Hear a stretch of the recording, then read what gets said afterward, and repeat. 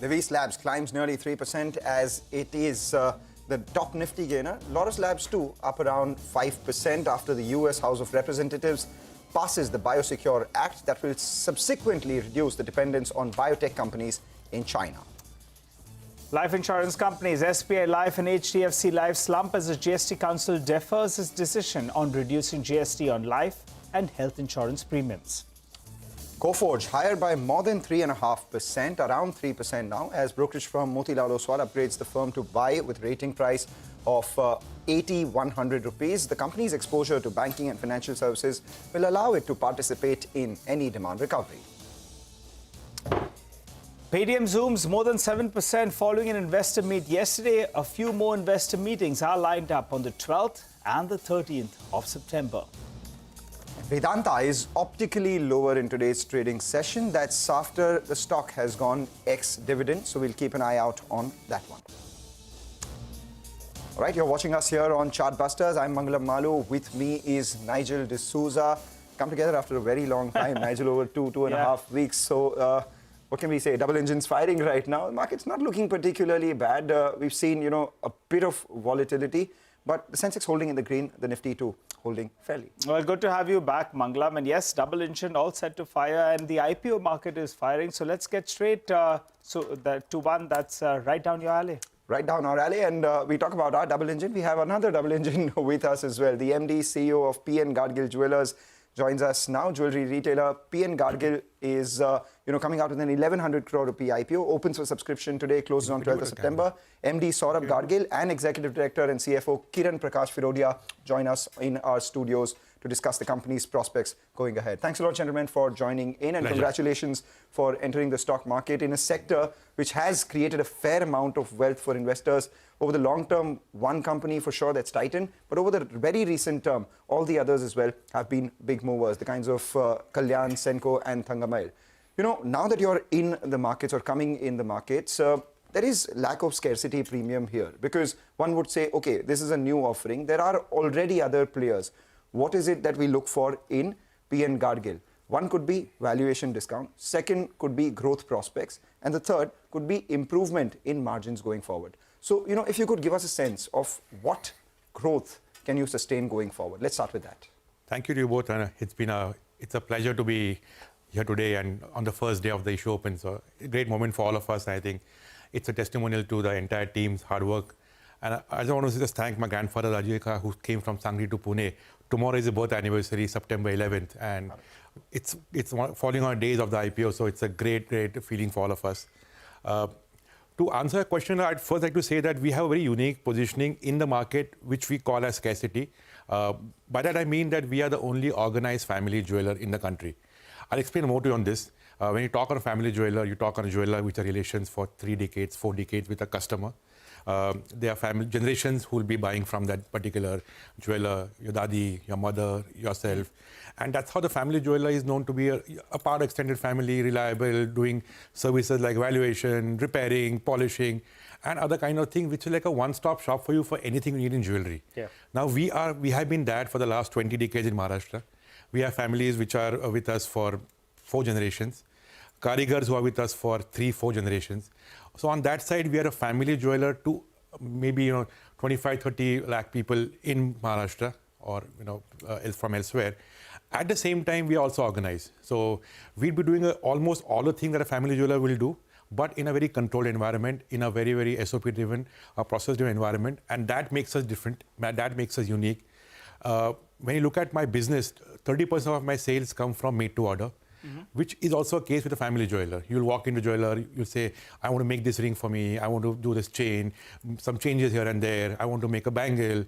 And a family jeweler will not try to sell you off the shelf, he'll make it for you. That is what even is special at our end. So that is what makes us really different from the market. And we feel that this is going to be one of the growth drivers as we go ahead. We'll be selling the same customized made-to-order jewelry at the same price what would be off the shelf. And in a very short span. So we'll take 2 days to make a bangle, going up to 10 days to make a piece of jewelry. So it's a very sweet spot for a customer. And that, I think, is going to be one of our unique points, along with the legacy, along with the brand, and our understanding of the market. All right. Saurabh as well as Kiran, welcome to the studio and congratulations on opening of your IPO. One word, I personally been to one of your stores around 5 years ago, and it was a pleasant experience. So as a customer, I was satisfied. So good on you all. But stock market's all about satisfying the shareholder, and they would like to know a few numbers. Sure. Now, getting into this IPO, your growth is looking very, very good. Sometimes Mangla, me, all of us here at CNBC-TV18, we interview a lot of managements ahead of the IPO. Suddenly, the numbers start looking very good ahead of the IPO. Some of times, it's mostly, business as usual. So, do you think this sort of a growth momentum that you've delivered is sustainable? You want to answer that? Or? Yeah, definitely. So typically the growth which we are observed from post-COVID, because these are the year which are abnormal for all the industries. So considering that as a benchmark for setting up the next 2 to 3 year execution plan, and that the same thing we are utilizing to actually materialize whatever we have decided. We have done all the renovation, expansion through the entire holding, which is in the form of borrowing, and we haven't increased our borrowing levels also. So keeping the same momentum with the help of internal accruals, we are doing all this renovation, expansion. Last year we have added 4 new stores. This year we have already added 3 new stores in Q1. So we are hope that we will keep the same momentum again going forward. As far as RHP is concerned, we are posing that we are going to open 12 new stores. So 9 in this year and 3 in next financial year. So we are very much hopeful that we will keep the momentum with the same pace going forward also. As number of stores also increase, we are also going to increase the studded portion, which is currently in the range of 10 to 11%. So going forward, that portion is also one of the thing which we are aggressively looking to expand. So having said that, in totality, we will keep the same margin level going forward also, and as well as the revenue, that momentum also we are going to keep the same. So, of the 2 things that you spoke to us about, one is the store addition and the second one was the studded portion itself. Let's take both those points forward. Store addition in the RHP, you said about 12 stores. I'm sure with your internal accruals, you would add a lot more as well. Say 20 stores are added over the next 2. Yeah, go ahead. No, I just want to add to Kiran's point, the revenue growth which we're talking about and the margins. So our margins, when you look at the retail part of our sales, is almost on par with the industry. Gross is at 13%, EBIT is at 7%, PAT at 4%. So margin-wise, we are already there. So what explains the discrepancy between what you've reported versus what? No, there's no discrepancy. The out of my total sale of 6,000 crores last year, 1,500 crores was old gold sold to refinery to purchase back new gold. This business had no margins. So it's a sale and purchase transaction, GST paid transaction, and that is why we have seen that the margins on a 6,500 level have been at 8-9%. So this trading business will be out of. So we are looking at an option to move this to a net basis. A net basis. While we can look at an exchange model for this, and it's not a sale purchase. By this, we'll be able to maintain the same margins, but we'll be at the same levels of PAT, EBITDA, but with higher margins. So the margins would come to gross at 13%, and like Kiran added another addition from the studded bigs, because we started studded very late. It's just been a 5-year journey for us, and from a 0 sale to a 450 crore sale is what we have done in the last 5-6 years. So it's growing at a very fast rate. That should add more margins, and expansion definitely is going to be something which will further add to it. So Kiran, 2 things you spoke about. One is the studded business, which is 10-11%. You're looking at taking that up. So as an aspiration, since we want to keep your banker as well happy, where does that number head from 10 to 11% of the mix? And the total number of stores you gave us, 9 stores is what you're looking at. 3 stores you have already opened. From around 36, I think so is the last number that we have.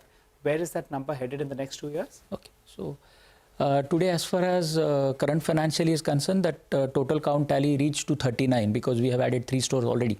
Yes. And whatever we have mentioned in RHP, they are excluding these 3 stores. So along with the 3 stores, we are planning to add 9 stores fresh during this financial year. 48.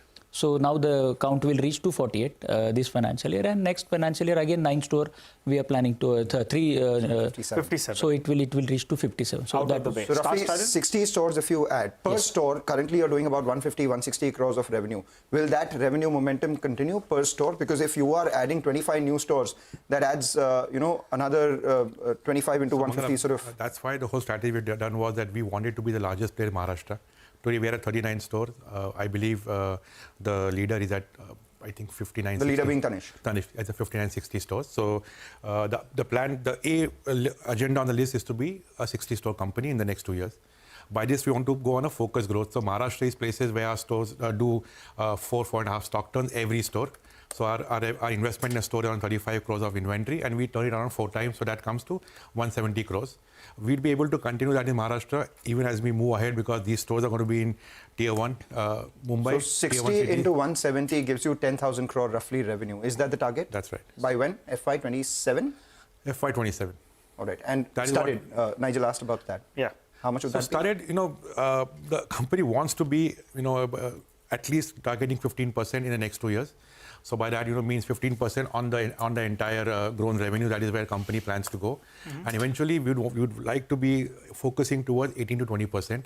That is where we think that we'll be able to have a good mix of studded versus gold.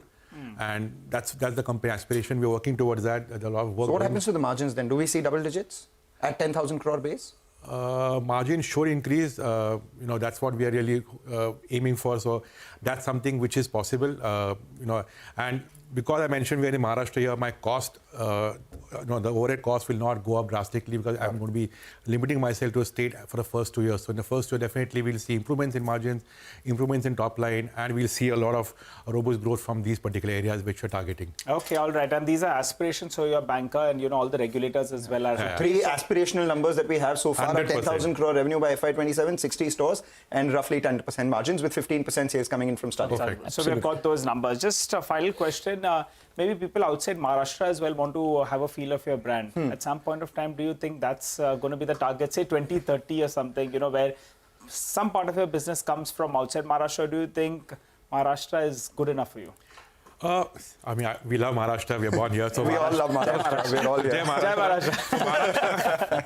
So Maharashtra is something which is going to be on our radar for the next 2 years. Yeah. But to reach the potential of the state, we still believe the state has potential, has areas where we are not present. Post that, we want to follow the route of the Peshwas, how they went from Maharashtra to Madhya Pradesh, Chhattisgarh, Jharkhand, UP, Bihar, and Delhi. That is the plan which the company has earmarked for the next 5-7 years. So if you ask for the next 7 years, again, aspiration is to be a 100-120 store company. But again, focused on one state at one time, be a leader there, make a mark there, and then move ahead. So we do not intend to go randomly into different cities of India. We go in a very focused way. Right. But yes, post Maharashtra, we would follow the Peshwas and try to... So follow the Peshwas, you invoke them, great Peshwas. But, just one follow-up on that. You said there's a lot of headroom to grow in Maharashtra itself. What's your market share here? So based on the numbers approximately which are given by the bankers, the share would be around 10% of Maharashtra today. These are numbers which are really on the estimate of the industry, and then the share of Maharashtra from that. Got it. So it's around 10%. All right, gentlemen, we appreciate you coming down to the studio and speaking to us here at CNBC-TV18. You'll have given us the aspiration. Well, the share market has various expectations from you all as well. On listing, we request you all to come back on the show, and then we'll push you all a little bit more for some numbers. All the best, gentlemen, and thanks a lot for joining in. Just Nigel, he said that he wants the share of studded to increase from 10% to 15%. I'm just looking at every piece of jewelry that he's wearing. On him, the share of studded is nearly 95-96%. I presume all that you're wearing on your body right now comes from P.N. Gadgil. Aspirational. Thanks a lot. Aspiration. Thanks a lot, gentlemen. Thank you. Well, on that note, we'll slip into a short break. Come back. We'll continue to focus on markets. We'll focus on the technicals. Don't go anywhere.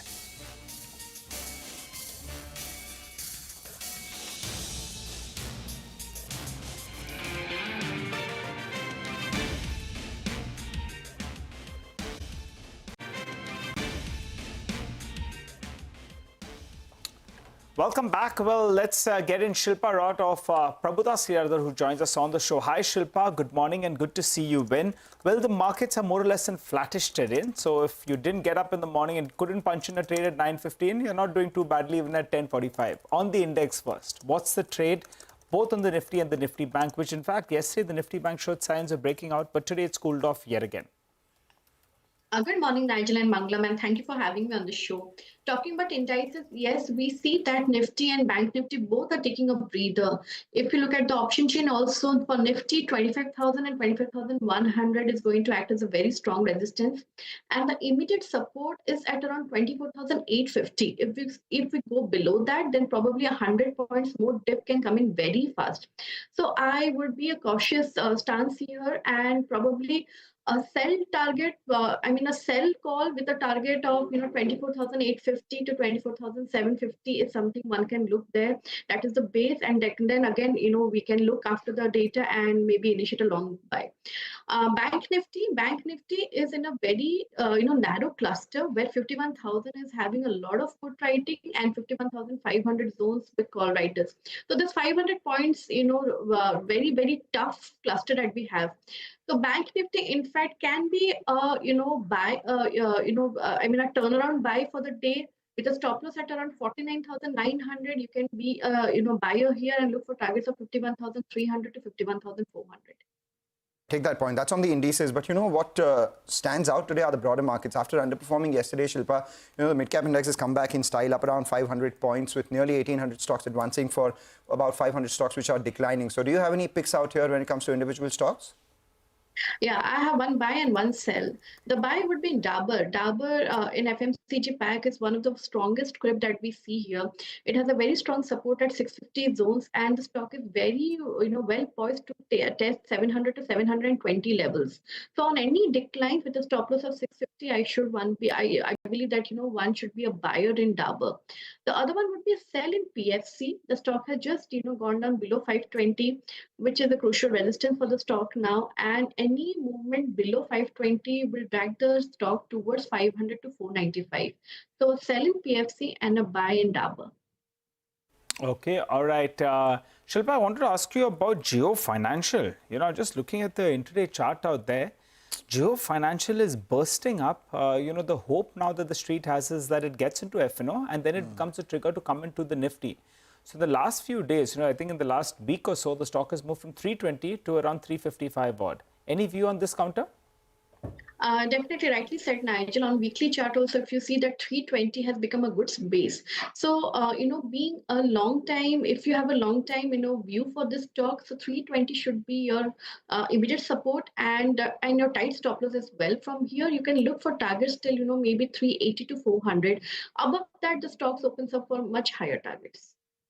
That point. Thank you, Shilpa, as always, for joining in and giving us your view on stocks and the indices. With that, let's get you an idea for profit coming in from our colleagues at Money Control Pro. And today we have Khushbu Rai Gupta joining in. Today's idea for profit is India Shelter Finance. The company is a pure play in the informal affordable housing finance segment with a strong presence in tier 2 and 3 towns. The loan book is growing at a 4-year CAGR of 41%, led by strong strategic branch expansion and policy thrust. It plans to add 40 to 42 branches annually over the next 3 years with a focus on increasing new and under-penetrated territories in the rural areas. Moreover, the company has been able to maintain yield in the 14 to 15% range, led by a higher share of new-to-credit customers, which remain one of the key business moat of the company and offer strong pricing power. Also, increased allocation under the PMAY scheme will benefit India Shelter given the high rural focus. We are of the opinion that the higher share of fixed rate advances could also help the company in the event of a rate cut by the RBI. The stock is trading at a multiple of 2.6 times FY26 price to book ratio and could benefit from the strong sectoral tailwinds. It also offers attractive return profile and could be a good investment opportunity. All right, take a short break, come back, get you all on the markets on an exclusive conversation with Sanjay Kapoor, chairman of Sona Comstar, on the other side. Stay tuned.